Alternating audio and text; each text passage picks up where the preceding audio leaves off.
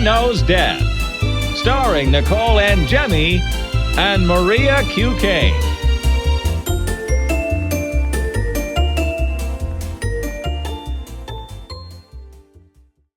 Hi, everyone. Welcome to Mother Knows Death. Let's get started with the story of the week. In Kentucky, a couple of years ago, this man had overdosed on drugs and his family brought him to the hospital. So, shortly after arriving, the doctors told his relatives that he lacked any reflexes or brain activity, and they had to make the really difficult decision to take him off of life support. So, the doctors then told the family that he had requested to be an organ donor upon his death. Can you explain that process for everybody between, a patient dying and then them getting their organs harvested? Well, you can opt into being, so we have this system that's different than a lot of other countries, which is no one in America is an organ donor unless you decide that you want to be an organ donor or your family decides if they want to donate your organs. So I know a lot of you have probably had that question asked to you when you're getting your driver's license or some kind of legal documentation like that. So he probably had it on his driver's license that he wanted to be an organ donor. So they'll ask the family then, he wanted to be an organ donor. Would you consider donating his organs? And then the family agreed to it. So the next process is that they're going to see if these organs are good enough to be transplanted into a person that needs them. Now, in America alone, there are over 100,000 people that are on this transplant list for various different organs, livers, hearts, kidneys. So a lot of people need an organ. And I do hear a lot of people asking the question, well, this person was a drug addict. Why would you want their organs? But if their organ works fine and you have one that's failing and you're going to die because of it, you will take an organ from someone, right? So part of the procedure is that they have to biopsy the organs to make sure that they look good under the microscope. They look healthy and viable and that they're going to last inside of the person that they're going to transplant them into. And so that's how they figure out if these organs are good or not. Because a lot of times people say they want to donate their organs, and let's say they die from a really bad infection or something, and they say, okay, we don't want to use your organ, or cancer or something like that. So the next process, unfortunately, is a little bit morbid, but once a person is declared brain dead, they're still kept alive on the machine, which means that their heart is still beating just because the machine is doing it. Their body isn't doing it anymore because they're technically considered dead. Okay. And then that's how they have to harvest the organs, because if they allow oxygen to stop going into the heart, it's going to be the same effect as like a heart attack or something. There's going to be death to the heart muscle and it won't be good anymore. So they keep the blood pumping through it so it's good to take out for a transplant. So about an hour later, after he goes back into this surgery to have his organs harvested, the doctor comes out and tells the sister that he's, quote, not ready yet. So I think what happened, this is, because I know that the articles have been worded a little weird. I think they declared him dead. They said, will he be an organ donor? Yes. Okay. So they were taking him out of the room in order to do that first procedure I was saying, to biopsy the organs. In this case, they were trying to take his heart. So they were doing a cardiac catheterization, which is when they go through an artery in the leg and they can go up there and take a little tiny piece or a little bite out of the heart and look at it under the microscope to see if the heart muscle is good. As he was being wheeled to this room back there, the sister said that his eyes were following her as if he was still alert and awake. They assured her that he was having reflexes. So when he went in and got the cardiac cath, now according to witnesses, they said that he was very much alive and thrusting on the table when he was getting that procedure done. So that's the first alarm. And then I guess some people blew it off, or they just thought that it wasn't that big of a deal. And then they decided that they were going to go in to try to harvest the organs. But it was at that time that the transplant surgeons were like, I'm not touching this dude. Yeah, I mean, so essentially he was awake when this was all going down, right? But couldn't do anything? He seemed to be semi-conscious. They even said that he was crying, which is so terrible. It's horrible. So after all of this goes down, they go back to the sister and they're like, okay, like he is actually alive, so you're going to take him home and make sure he's comfortable, but understand that he's probably not going to live much longer. She has been caring for him for 3 years since this happened. He's still alive. He's still alive. So she's been caring for him for 3 years, and she didn't find out all the details of exactly what went down until earlier this year when a hospital employee contacted her and told her exactly what happened behind the scenes. So this story just makes me sad for many reasons. It's like you're living through, this already trauma thinking that your sibling has died, and then all of a sudden they undergo this horrific experience at the hospital, and then you bring them home and they end up living all this time, and it's not like he's totally back to normal. He's not in great shape. Well, this reminds me of a story that we talked about back in May of this year, or maybe even was it? Yeah, it was on May 21st episode that we talked about it. It was the first thing I thought of. Do you remember that there was a study done that said that we might want to consider waiting a little bit longer to take people off life support because there's people that survive being on life support? And it was really, really a drastic, like very, very striking study that said that they compared all of these patients, and most of them ended up dying after they were taken off of life support, right? But they said 42% who stayed on life support recovered enough that they had some degree of independence and even returned to their former lives. 42% is so Yes. high. I know. So it's like, it is scary because if they would have just taken him off of life support and didn't keep him alive to harvest his organs, he'd be dead. You know what I mean? Because they would have taken him off the machines that were keeping him alive during that time. So I can't really say exactly 100% because obviously I deal with patients that don't have a heartbeat. I don't understand the whole process to a certain extent. I've been on the lab side of organ transplant, getting the biopsies in the lab and being associated with that and doing autopsies on people who've had harvesting and stuff. I don't know what the exact procedure is to declare somebody dead. Clearly, whatever they did in this hospital didn't work. But I would like to strongly reiterate that organ harvesting is 99% of the time a really good thing. And there's 100,000 people that need organs right now. And these kinds of stories like scare the shit out of people. And then they don't want to be an organ donor. I mean, which makes sense because it really does sound horrific. But I think this is just like a freak once in a while circumstance. Yeah. You know? I could see that. And, the hospital saying that it's not true. It didn't go down this way. But of course, with the claim and the employee coming forward, they have to investigate what happened. Well, you have to think that there's a whole entire team behind an organ donation. And if this was happening more often, you would hear about it because anybody that works in organ donation wants to help people who are alive continue living with people that are dead that no longer need their organs. Nobody's trying to hurt anybody, and people wouldn't brush this under the rug ever. So the fact that this doctor or this nurse, these people that were coming out are kind of whistleblowers in this situation, it would be happening all the time if it was happening. So I mean, I'm still an organ donor. This story sucks, but I just think it's just like a freak thing and it's not the norm. That's all I want to say. Yeah, and it doesn't help because I feel like we get, questions a lot of the time saying there's this grand conspiracy, like, is it true at the hospital that they don't help you if you're an organ donor and all this? I think that this story isn't helping that cause, but you need to understand that donating your organs can still be such a positive thing. And we actually have an incredible story later on in this episode about how it changed somebody's entire life. Well, two people's lives, really. So, and I personally know someone that had 2 heart transplants, yeah, and it allowed him to live an extra 10 years of his life. And it's just, I think that it's a really great thing. It just sucks that something like this had to go down.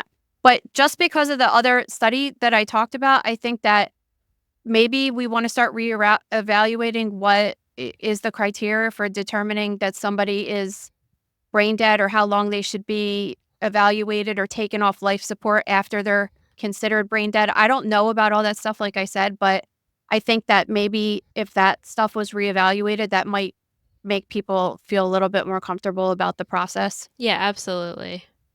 Okay.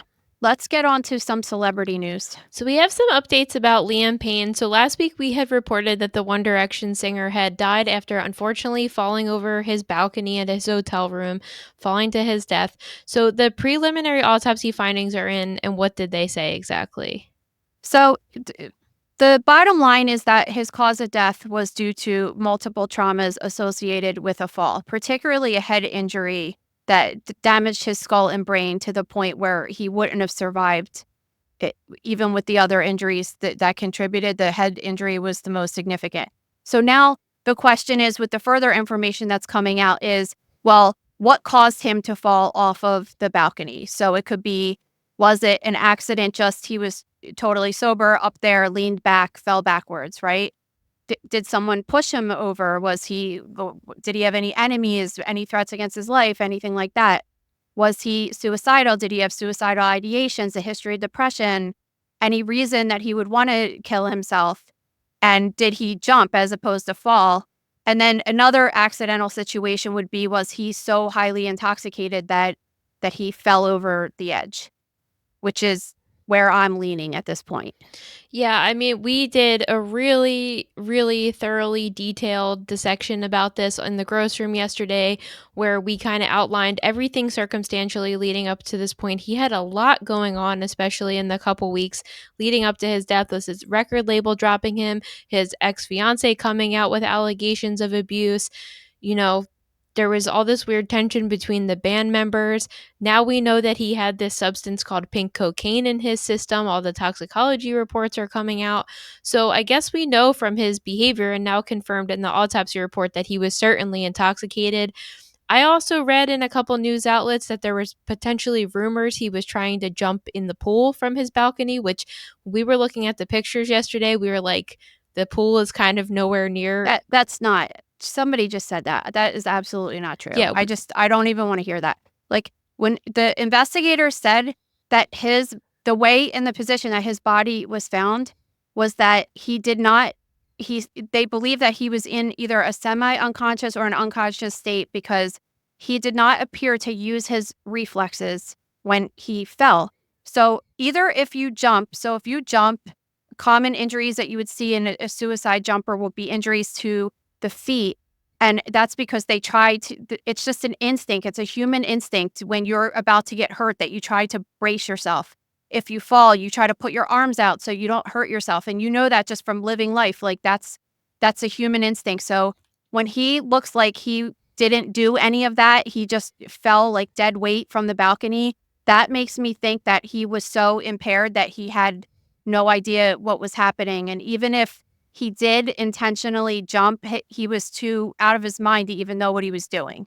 Yeah, I mean, this entire story is really sad. He had a history of substance abuse issues, and we talked about his issues with suicidal ideation in the past too. So of course everybody wants to jump to that conclusion, but you really just don't know what's going on, and the investigation's still ongoing. So there's so much more information that could come out about this. I'm not saying that he's not suicidal, because he probably was, and he was going through a lot of heavy stuff, but he was deciding to use substances to help him cope with that. And especially that pink cocaine stuff is just like ecstasy mixed with cocaine. It's like all these drugs mixed together, stimulants and depressants. He could have been having psychosis and just not really fully aware of what he was doing, and felt, I mean, he was acting out in the hotel for hours beforehand, just erratically. It looked like he punched a TV in his room. There were reports that he was reading an email and started yelling. Like, there was clearly something going on mentally with him, but it was probably more caused by the drugs he was taking, Yeah, I forget who it was exactly. Another celebrity came out last night and said that they had done that pink cocaine before, and they experienced severe hallucinations while on the drugs. Oh, so yeah.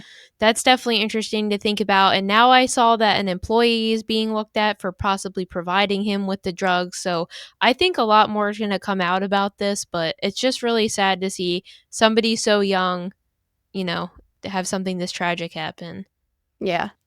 All right, let's get on to the next story. So Juliana Manfrini, she is a surfing influencer. So she was at this popular surfing spot at an island in Indonesia, And as she was in the water, this swordfish just suddenly emerged and charged at her and punctured her in the chest. Yeah, I mean, this sucks. This happened to Steve Irwin, remember? When he Yeah. got impaled in the chest by a stingray. Different kind of situation because a stingray has a barb which can put toxins into the body. I still think they were killed in the same way because they both died pretty suddenly after being injured.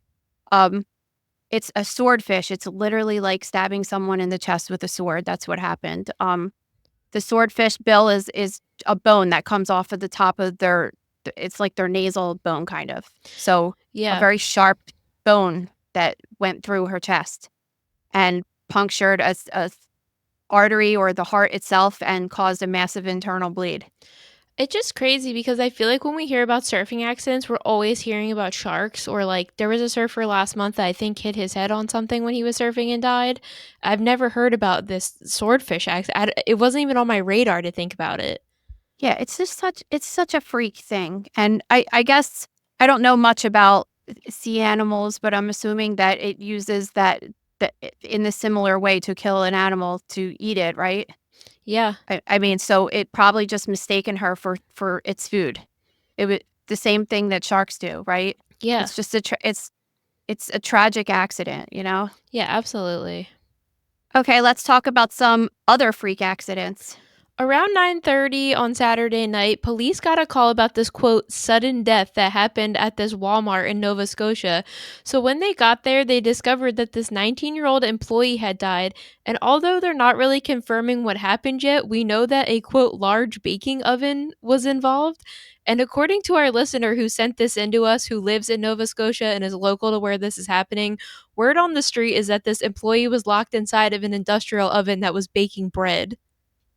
How big is an industrial oven? It's something that you could walk into like that? This is where I'm really like, I don't understand what's going on because I'm thinking of standard convection ovens and they're not walk ins. So I'm like, was she shoved in one? It's possible you could fit a body in one if it was Yeah, forced like in laying there. down, right? Because isn't I'm thinking about the thing Oh, at at the the bread bread. bakery. Yeah, that it's that grate that moves and it goes in, but someone would have to be laying on it, correct? Yeah, like in my It's head. not something you could accidentally. I don't know. Like anything's possible. We know that from this show, right? Yeah. This is what they're going to do. They're going to bring her body and they're going to do an autopsy and they're going to figure out what happened because there's so many scenarios. It could be she died of natural causes, which I would say probably not. This would be more common in an older person, had a heart attack, cleaning something or whatever, had a heart attack, fell down, and so happened to be in an oven. I don't know. The That whole sounds thing is insane. so But suspicious. but like 19-year-olds typically don't just drop dead from things like that. So not to say that it's not possible, but it's not likely. They also want to rule out if it was an accident, like you were saying, did something accidentally get locked? Did her shirt get caught in something that didn't allow her to move? That could just be an accident. And then you want to see if there was something even worse, like homicide or something that someone intentionally locked her in there or someone had killed her and then put her in there. Like there's all these different scenarios. So they'll do the autopsy and they'll be able to tell if she was really charred at the time of being discovered. They will be able to see if she got those injuries while she was alive versus dead and things like that. So hopefully we hear what happened, but probably not. Just have to assume, as with every case. I don't know. I feel like this is pretty insane that they're going to give an update on it. It is insane, but I don't know, like Walmart I didn't even realize that Walmart would be making the bread at the place. Well, I I guess guess they do though. the bigger, like the super Walmarts basically have a full-blown grocery Yeah, store just in like them. yeah, I guess so.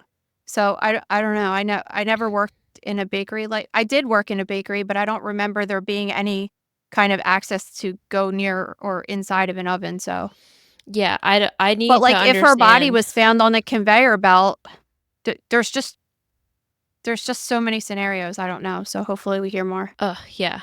All right, so at a Port Authority bus terminal in New Jersey, a bus had pulled in and was parked next to this wall of glass windows, and then suddenly the tire blew out, which essentially made the glass explode onto the other side of the room where people were waiting in line for the bus. Oh my God. So it hit 2 people, but most notably, it hit this one guy, and he got these really severe cuts to his legs, his lower abdomen, and he had a cut on his head. He was able to somehow run downstairs in the terminal and get, I guess, a paper towel or some type of towel and tourniquet his leg.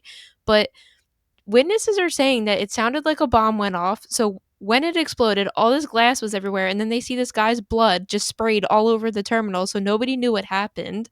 Oh my God, that's so scary. It And is. you would think, so it essentially acted like shrapnel, like it just flew across from the explosion of the tire. Kind of weird in a bus terminal that they wouldn't think that there was a possibility that there could be a blowout with a tire and maybe pay attention to the things that are next to the where the buses are parked because they could eventually become shrapnel, right? Well, I think they'll think about it now, I but mean, I guess even if it was metal doors or something, that would have been a problem too. So I don't know exactly.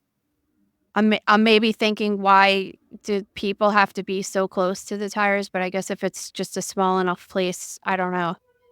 And you don't hear about this happening often, but that sucks. He could I mean, he could have like lost an eye, or even really if it hit his carotid artery or something, it could have went deep enough into his neck that it could have killed him. I mean, this is serious, you know? oh yeah, totally. And the picture of the bus stop is like these really fine little pieces of glass all over the floor, and I was thinking they're probably all stuck in his skin, and just the whole scene is so horrific. And it's also Does it look like, I didn't look at the photo. Does it look like regular like shards of glass, or does it look like tempered glass, like if you were to break your windshield or something, those little cubes? it looked like tempered glass on the Yeah, ground. I mean that's good, but typically, I guess if anything hits your body hard enough, it's going to cut you like that, but scary. It is really scary. This episode is brought to you by The Gross Room. Guys, I hate to say this, but the holidays are coming up. My kids just started making me a Christmas list, so Oh my god. Lillian asked for money. Just Like, money? she asked for like the funniest shit. Like she wanted a phone. Gabe was like, no. She said she wanted a kitten. We're like, no. So we're like, who asked Santa for money? But Lillian doesn't do Santa anymore, but Lucia still does.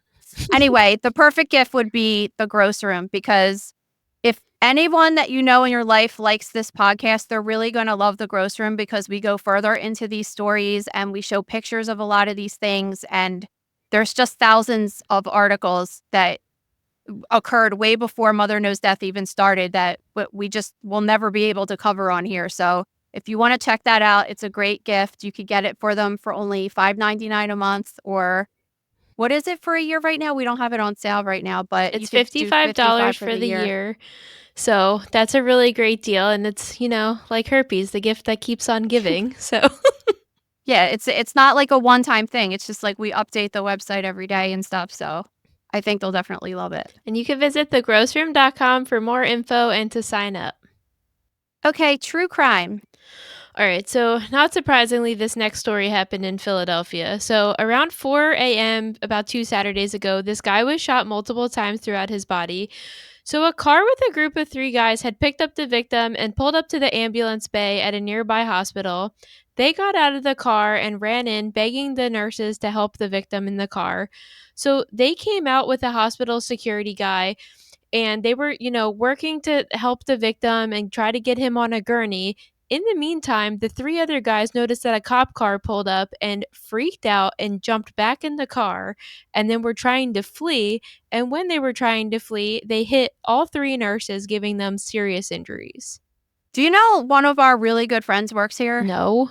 Yeah, it really sucks, and it's so scary. I mean, she wasn't there obviously at 4 o'clock in the morning or whenever this happened, but these 3 nurses, they were all 3 male nurses. One of them is in critical condition after getting this injury, had internal injuries. I mean, obviously getting hit by a car, but how messed up is that? That you go in and recruit people to come help your friend, and you're just like, oh, the cops are coming and me is going to get in trouble. Like, F everyone else around here. Like, I'm going to get away from this. It's so messed up. It's really messed up, and it just like on so many levels it doesn't make sense to me. Like if you like of course you're going to get questioned if somebody is shot. What are you thinking? So I was thinking that too. Like, you cared that much about your friend to drop him off to get some help, but then you're not doing anything. Like, you almost ran him over too and killed the nurses. I mean, it just doesn't make any sense. no, and it's like really shitty for these people that are trying to save a life that you just have total disregard for human life and you're like, fuck this. I'm selfish. I'm going to do what I need to do. And guess what, idiots? You got caught anyway. So like what was the point of hurting? And in a lot more trouble.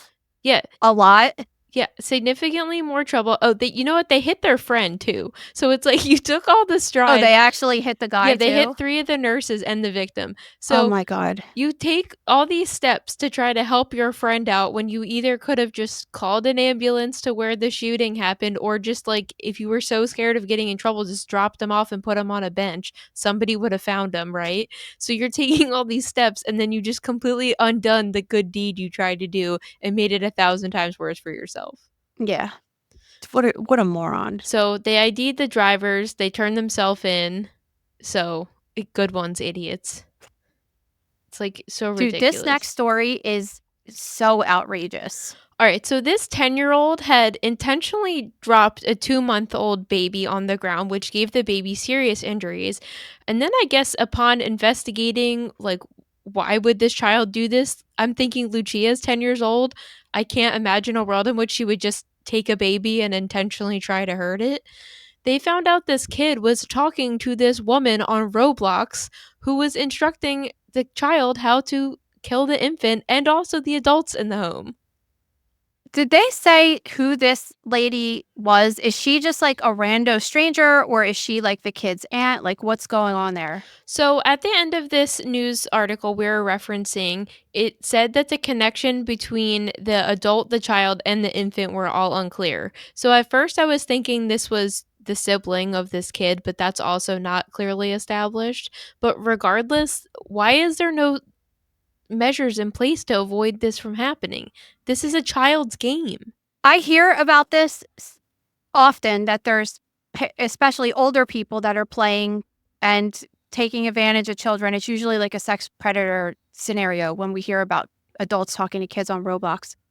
In my personal experience, whenever my kids get blocked on Roblox, which happens from time to time, believe it or not, it's whenever I read like the comments that they left, I laugh out loud because they're just so like not violent, not threatening. It'll be like, for example, one time Lucia was talking to Lillian about something with dinner and getting daddy and blah blah blah, and it said like, I guess the word daddy automatically triggered this like inappropriate sexual content or something. It was ridiculous. And Gabe and I actually, I'll send pictures to him once in a while and we kind of laugh about it because we're like, oh, okay, whatever, right? So I haven't personally experienced that with my kids playing, but I do tell them all the time that they don't know that the people that they're playing with, if they're adults or not.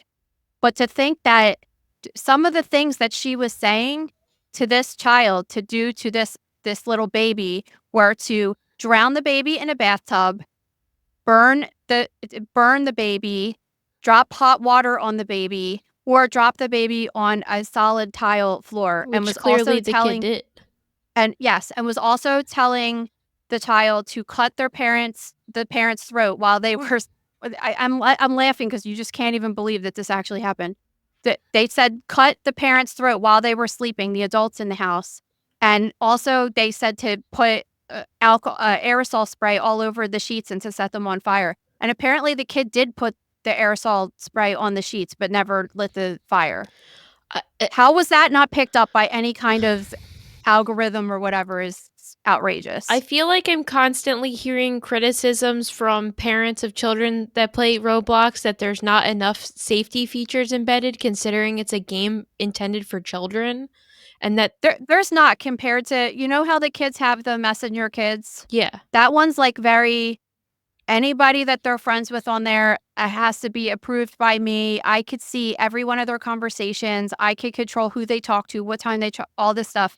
And the thing with Roblox, this is how it is from what I understand, and you guys can correct me if I'm wrong, but it's the kids they all play together, right? So they play this game right now called Dress to Impress, and the girls were doing it this weekend. Two of my kids are in their bedroom playing with kids that live across town, and they're all playing together, but they all could see what each other's playing.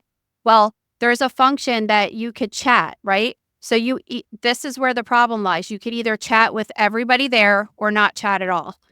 But the kids that are not chatting at all, then they can't talk to their friends even, which That's what I'm talking about. defeats the purpose. And to And then me- most parents, including myself, are like, okay, well, you could just talk to everyone because I want you to be able to play with your friends. And then that's where the problems happen. But to me, it's like you coded this entire game out and you can't figure out how to code a feature that's like you can only talk to your friends or you have to talk to everybody. That doesn't even make sense to me from a developer standpoint. And even if they did that, though, there's not really a sure way to know, or like on Messenger Kids, let's say Jen's like, oh, I want my kids to talk to your kid. I have to approve that. She has to approve it. It's like this mutual thing that the parents know who the kids are talking to.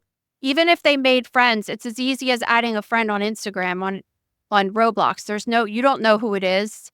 They know who their friends' usernames are. They're real friends, but they could add other people that aren't their real friends. There's just no way around it for right now, at least the way they have it set up. And there's been lots of problems. It's not like this particular situation, I haven't heard anything this severe, but there's a lot of issues with child predators on this game, and I don't see why they even want to take on the liability of something horrible happening and being associated with their platform. Do they really not care? It just seems very weird to me. They are making I can't even imagine the amount of money these people are making. It's outrageous. Well, they found the lady. She's been arrested, and one of the cops working on it said they had worked in law enforcement for 40 years and have never seen anything like this, which I'm like, this is awesome and really telling of the society we're living in today. I mean, it is really alarming, but you have to take into consideration, like, Lucia's 10. And I'm like, if an adult online was telling her that stuff, I think that I can't imagine that she would just do it. Like, so there has to be some level of, well, what's wrong with this kid that he's trying to hurt this baby? How did that conversation even come up? It's just very weird. You don't know how the conversation came up. I mean, you kind of don't know like the mental state of the child. Like, there's a million factors at play here. Okay, medical news. A couple years ago, this man who's now in his early 30s had noticed a bump and some hair loss on the top of his head. And over the course of 5 years, the bump had become tender to touch. So he finally went to the doctor and they noticed that the skin above the bump moved really easily, which skeeves me out to think about.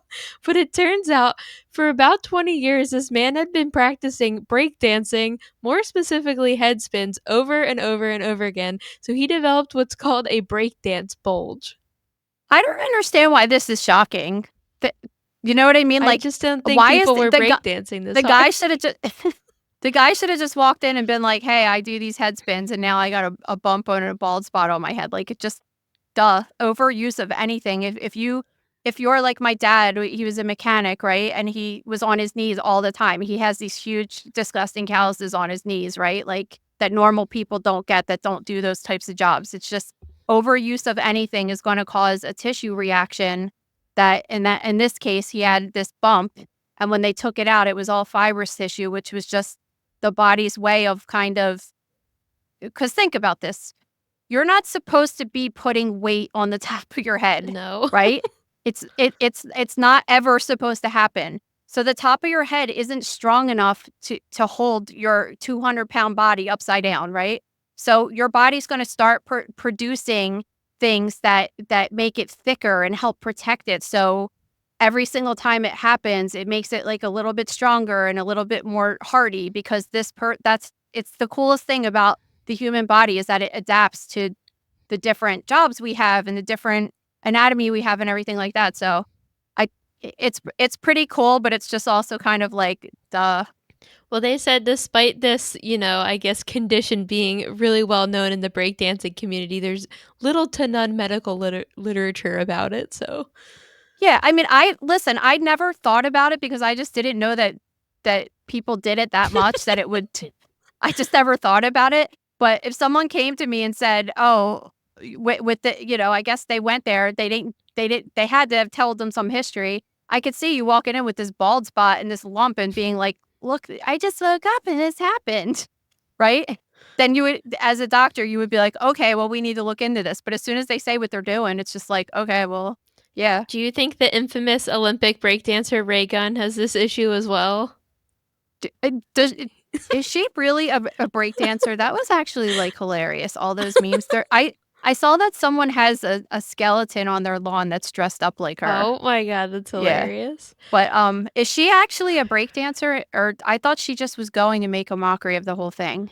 Yeah, I think her I story. mean, she doesn't look like she's got any skills like that. She definitely doesn't have any bumps on her head. I feel like her story was that she learned it like 2 days before and then won or something nuts. But I don't know. No, she didn't win, did she? Oh, I thought she did. I don't I know. thought I that's why just think everybody was freaking out so no, bad. everybody's just freaking out because people dedicate their entire lives to being Olympic athletes, and she just, like, cut the line kind of and I guess qualified. and You're made winning. made a mockery of it, and I don't even think that that's her fault. That's their fault, but let's just, like, not go on a tangent about that right now. All right, this next story is what I was referencing earlier with the organ donation. So this woman, Jennifer, was born with this rare condition. Can you explain what it is? Yes, situs inversus. It's the condition I always say is like my dream autopsy, and it's when your organs are not on the right side of your body, so everything is kind of not in the normal anatomic place. And she ended up having this condition, which I never really heard of, called primary ciliary dyskinesia, but it makes sense. So the cilia are these little hairs that are inside of your respiratory tract. That's what happens when you cough. It's like those little hairs are kind of pushing debris and bad things out of your lungs. And they weren't working correctly. So what happened was she was getting this increased mucus and kept getting asthma and kept getting pneumonia. And she got to the point where she was on oxygen, and she was very, very young, and she was 32. And they said, "You have to get a lung transplant." And she obviously, like, if somebody told you that too, you would say, that scares the shit out of me. I don't want to do that. But then it got to the point where she couldn't even breathe barely. So she finally was like, I have to do this, Yeah, so then unfortunately this woman that had a brain aneurysm had died, so that's who she was able to get the lungs from. So after her transplant surgery, she kind of said she broke the rules and found the family and contacted them, just thanking them for changing her entire life despite the tragedy they had gone through. And they had found her on Facebook and messaged her, and then they planned to meet. So Jennifer flew out to meet her donor's family, and when she was there, she just felt this immediate bond with them. She became very close. She was invited to the donor sister's wedding, and at the wedding, she became really close with the brother, and now they're married. Isn't this so Wait, cute? she was, oh, the other sister's, okay, yeah, it is. It really is. It's like such a cute story. I am curious though, because when I first read this, I thought, I've talked to a lot of people that have had transplants and stuff, and it's very hard to figure out who you get it from most of the time. I don't know why, if there's certain rules or if that's just donors prefer not to give their information. I'm not sure what the reason is, but I guess she was able to send a letter to the family, because maybe you can send a letter and say thank you. But she said she put these like Easter eggs in it that gave them enough that if they Googled her, they were able to find out who she was, which I thought was really cool. And I'm a fan of breaking rules in some circumstances. So I thought, I was just like, I would totally do this too if I really wanted to know. And it is cool because they there's a love story out of it, but also the family gets to have this continuous connection with their loved one that died. So I think and this is like the prime example of this girl was 32 years old and needed lungs, right? That's why you should be an organ donor, because otherwise this woman that had the aneurysm would just be dead underground, and this girl would be dead underground too, right? I mean, this is the absolute worst inherited quality I have from anybody, is my crying from mom, because when I read the part that said the sister that had passed away was always trying to set the brother up with somebody and this like cosmically happened, I just started crying. Aw. That is so sad. I know. It's so touching. It's so cool that they got married. Their wedding pictures are so cute, and it's so awesome. She's crying right now. It's hilarious. Jesus Christ. Sorry. All right. Let's All get right. on to some toilet pictures. There's this health. This is ridiculous, by the way. This is why people have hypochondria, including myself. There's this health startup out of Austin that's selling a camera that you can clip inside of your toilet, and it'll take pictures of your poop and tell you if you have gut problems or hydration issues. Why? Like, can't you just look at your turds? Listen, a camera inside a toilet is just a terrible idea. There's especially obvious since your vag and butthole is like right there. So there's obvious concerns that there will be pictures that are not meant to be taken uploaded on this app, and they're claiming that they have all these security measures in place and that everything's anonymous. But if everything's anonymous, how is it syncing up to your account to tell you that something's going on? What I just don't understand. But if you just know the basics, that if you have diarrhea, that's not good, and if you have constipation, that's not good, and if your pee is too dark, that's not good, and if it's a weird color, that's not good. Like, yeah, I just saved you a bunch of money. Okay, why do you need to take a picture of it every day? It's just getting like a little too personal. It just is. There has to be a line drawn, and it needs to be drawn here. I think we're getting to a point where we're knowing too much in our personal homes without medical advice, and it's not a good thing. It's like my number one problem with WebMD, right? It's like a couple months ago I had eaten some pineapple, right? And I texted you and I was like, my tongue looks really crazy, and it was like wavy and everything, and you were like, oh, that just happens with pineapple, right? But when you Google that, it's like basically like you have tongue cancer, right? Like, and you shouldn't know things like that. Should I make a WebMD that's like totally blows off everything? I'll get sued though on the first day because it'll be this one person that has tongue cancer or something.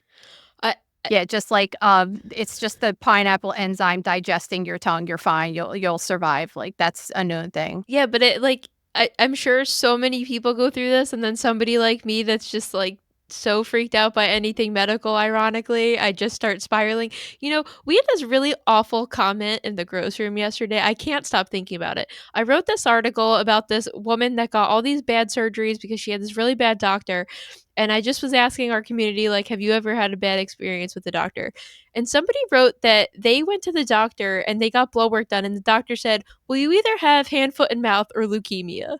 And it was a long weekend, and they didn't get the results until after. That was a Friday, and they didn't get the results till the following Tuesday. And she was like, I was spiraling out of control, thinking I was dying. Yeah, and you hear stories like this from time to time. Even my mother-in-law, actually, she had went to the hospital and got diagnosed with having a tumor on her kidney, and they told her that she had kidney cancer, which I've always been taught in school, you never ever tell people that they have cancer until you have a formal tissue. Well, in this case, it would be a blood work, but you have like a formal diagnosis from some kind of lab, right? They told her that she had cancer, and then so my mother-in-law got the surgery done and got the kidney removed and everything, and it turned out to be a benign tumor. But like for a couple weeks, she thought she had cancer, and it's just they should have just said, there's a tumor, there's a chance it could be, but there's also a chance it could be benign. Like, let's just do this. And they were flat out told her that there was nothing else it could be but kidney cancer. It's just so irresponsible. Yeah, it really is irresponsible. But back to the toilet camera, I just feel like this what does this have to do with the toilet camera? I just can't stop thinking about that comment. But back to the toilet camera, I think this is setting up this environment where it's going to, you know, it uses AI technology to diagnose your poop. I think it's going to give somebody a bad reading. It reminds me of that penis app we were talking about a couple months ago. Yeah. And how it was, if you haven't listened to that episode, it was like you could take a picture of your genitals and we'll tell you if you have like an STD or something. Yeah. I just think it's going to give many false readings and maybe tell someone they're fine when they're not, or tell somebody something's wrong when they're not. And I just don't think it's a good idea.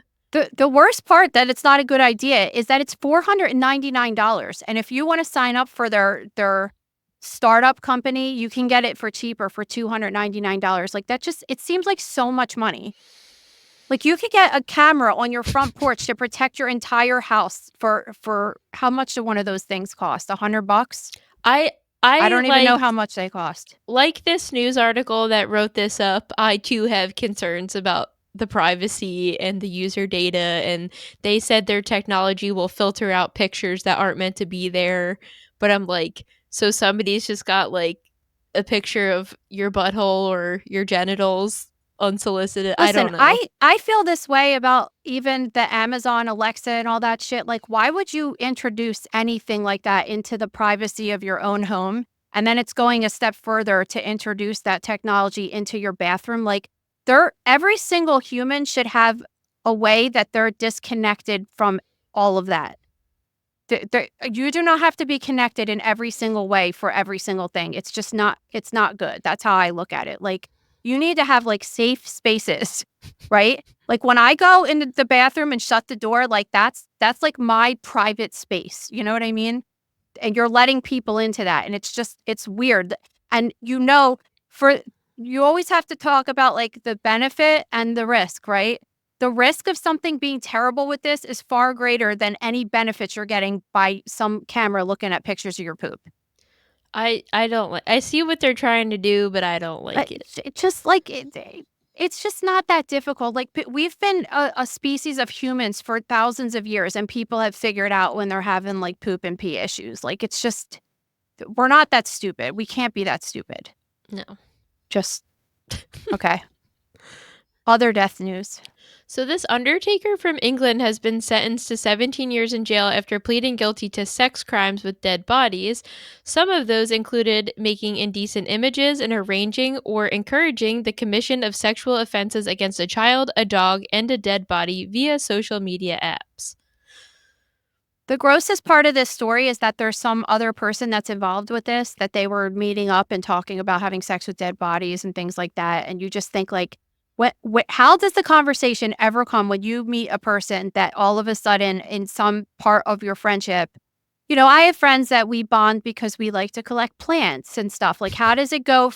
How does it go to like, oh, let's like talk about the joy of having sex with dead people? Well, apparently it's really weird. It's really weird. And apparently this guy had been sentenced in 2022.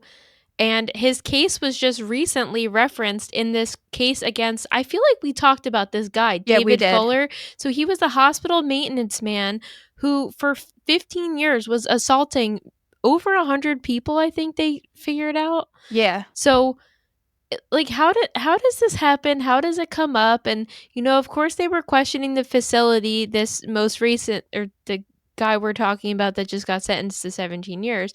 So they're talking about the facility he worked at and like how did they basically let this happen, and they're just like, well, there's no proof he did it here. Like, well, where else was he getting access to dead bodies?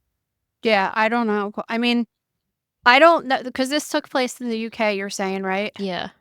So I don't know what the deal is there. I don't really 100% know what the deal is here, honestly, but I know that in the article they were saying that any person could just be a funeral director and they could just have bodies in their house and in their garage. And I mean, that kind of happens here too a little bit. Like there's people that live in the funeral home that they run out of their home, and people, there's a few around us that they have body. I mean, you don't think about it because you go to a funeral, but they have to have some kind of refrigeration system somewhere where they're storing bodies while they're working on them and stuff. And but I feel like there's a lot of regulations here with that. Maybe I'm wrong, though. I don't 100% know, and in the UK too. But I'm sure there's been cases where there's regulations and people are certified funeral directors and stuff, and this stuff still happens. Like, it's the same thing as a pedophile working at a school. Like, when you have these weird sexual desires, then it wouldn't be unheard of for you to get a career where you had access to that. You know what I mean? Yeah, speaking of that, actually, so I've been finishing up with Matt Murphy's book, and he was talking about Rodney Alcala, the serial killer. Mm-hmm. And apparently, because this all happened in the 70s, he was able to get this other alias while he was on the run, and he was working at a children's, like an all-girls camp, like summer camp, taking pictures. Yeah. Horrific. But Netflix just put out this movie called Woman of the Hour that just came out on Friday about him. And I don't know. I watched it and I thought it was fine, but after listening to the exact real life, how they figured out this guy was on this dating show in the 70s versus how they did it in the movie, I just thought the real story was so much more compelling.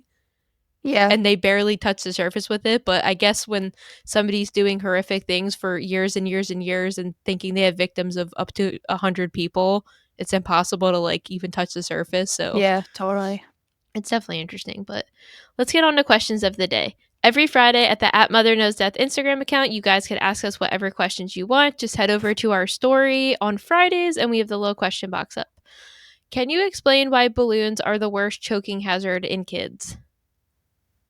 Well, just because they put it in their mouth, I mean, I feel like it would be super rare to find a balloon in an adult's mouth, but when you put the balloons, what they do is the balloons are usually inflated, and then a kid, usually 3, 4, 2, little kid with sharp teeth will bite on the balloon.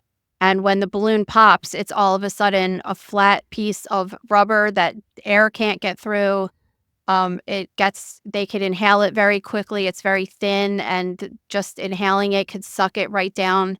And unfortunately, if you notice that a child is choking like that, unless you're physically able to stick your finger down their throat and get it, it's not like if you do the Heimlich or something, it's not coming up. It's stuck because it's just so thin and it covers the airway, and then it just causes an asphyxial death. So I just hate balloons so much.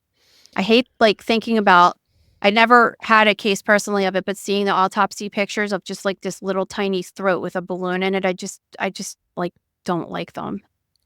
All right, next. Do you ask for any medical history like screenings, I guess when you're doing an exam? No, I would say not, probably. I've no, I would say it doesn't really matter because we're looking at it, if Like we're, you're going to find it anyway? yeah, if we go, let's say we look at a 60-year-old person and they have a tumor in their colon. We're not going to go back and see if they've been getting a colonoscopy every year or something like that. That's not what we would really care to do or look into. I don't think it really matters for dead people as much as it matters for live people.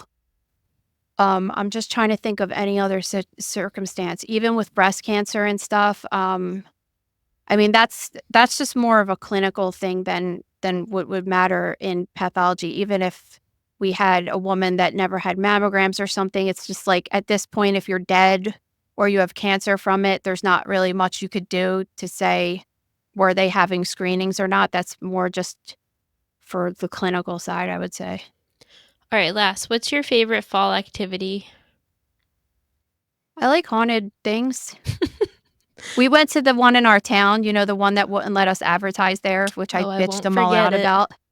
It's just total. I walked through it, and there was just a bunch of you know, kids just pretending to be dead in all these different scenarios, it was very cool though. Wait, I you said I love that. something there or just Yes, I said something. What'd you say? I just was oh, I could totally see why you didn't let my podcast advertise here. It's just not the appropriate situation, I'm sure. Just whatever. You're just But so different stuff than me. I just what am I going to do? Just let it's just ridiculous. If it made sense, I would just let it go. It just doesn't make any sense. No, it really doesn't. It wasn't like when I did the garden tour, right? Maybe that might not have been appropriate. I could understand that. I'm a normal person. I understand stuff. But when you're talking about death, Halloween, whatever, whatever. We don't need to go on about it. But I want to go on. Me and Gabe usually go on a good one. We usually go with other Maria and Freddie. Actually, we've done that a couple years too. Like an adult one that the kids they would just shit themselves if they went to it. They would cry so bad. Maria doesn't even really like Halloween. I don't. There's this, I feel like I say this every week. There's this misconception that I guess because I have tattoos and we have this podcast about death that I'm just obsessed with Halloween. It just can't be further than the truth. I think when I have kids, I'll get really into it because I'll have kids and they go trick or treating and stuff. But right now I'm just I don't really like horror things. I feel like the stories we talk about are real and really scary, so I don't want to keep triggering my brain like that just watching really scary movies over and over again, and it's just not really my thing. So I don't know, it's not I think people that like it are stupid. It's just not my thing. I'm a crazy I like Christmas Halloween person. but that's what I'm saying. I like Halloween or Christmas or anything because I like anything that involves creativity and crafting and decorating. So really, I could go nuts with Halloween or with Christmas or anything because I'm just like into that. You know what I mean? Like, I don't necessarily, it's the same thing. The death thing is around us every single day. So it doesn't really, it's more intriguing to other people because it's, I have skeletons in my house every day. Yeah. I'm not going to go buy a plastic one. Well, I have a pink plastic one, but besides that, I'm not going to go buy plastic ones to put outside. Like, I'm around them all the time, And it's cool if that's your thing, but my thing's Yeah. Christmas. So like I don't know, but yeah, I don't really do like Halloweeny activities like that. I guess when it's like nice and crisp and Fallout, I like, being a basic bitch and going to the farmer's market or getting a pumpkin coffee and just I like, I've been baking bread and The I like pumpkin making coffee pies. is like legit the best Even the best though part. my pumpkin coffee today had a bug in it when I finished drinking it, and at the very last sip, I was like, "Cool, this bug's just floating in the cup." But that's not their fault. It just happens sometimes. But pretty disgusting. Well, Yeah, so I guess you noticed that this is an early news episode. We had so many stories this week that we had to, and like the week's not over, so we decided we were going to do 2 episodes this week, which we're going to do probably more often because we're cutting a lot of stories. So today, news episode, another one's coming at the end of the week, so stay tuned for the rest of those stories and keep sending us your stories when you find them because we really enjoy that and we just can't possibly find every single thing that's happening in the world. So when you guys help us out, it's really awesome. yeah, and if you guys have a shocking story that's thematic to Halloween, Thanksgiving, Christmas, Valentine's Day, just send it whenever because we try to make a list of them so we could fill them in around the times of the year so we could have, fun little episodes that are thematic to what's going on. But we love Like to hear your people dying stories. from Halloween candy, and we have a bunch of stories. We're gonna have a special episode on Halloween, actually. Yeah, I actually have so many stories for our Christmas episode that I think we're going to have to either do 2 parts or we're just going to have to cut a bunch of them because Yeah. there's a lot. But submit those to stories@motherknowsdeath.com and we'll love to review them. And please leave us a review. Yes. Thank you. Bye. Thank you for listening to Mother Knows Death. As a reminder, my training is as a pathologist assistant. I have a master's level education and specialize in anatomy and pathology education. I am not a doctor and I have not diagnosed or treated anyone, dead or alive, without the assistance of a licensed medical doctor.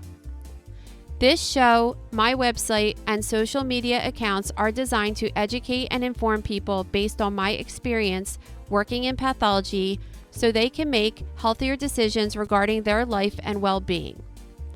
Always remember that science is changing every day and the opinions expressed in this episode are based on my knowledge of those subjects at the time of publication. If you are having a medical problem, have a medical question, or are having a medical emergency, please contact your physician or visit an urgent care center, emergency room, or hospital. Please rate, review, and subscribe to Mother Knows Death on Apple, Spotify, YouTube, or anywhere you get podcasts. Thanks.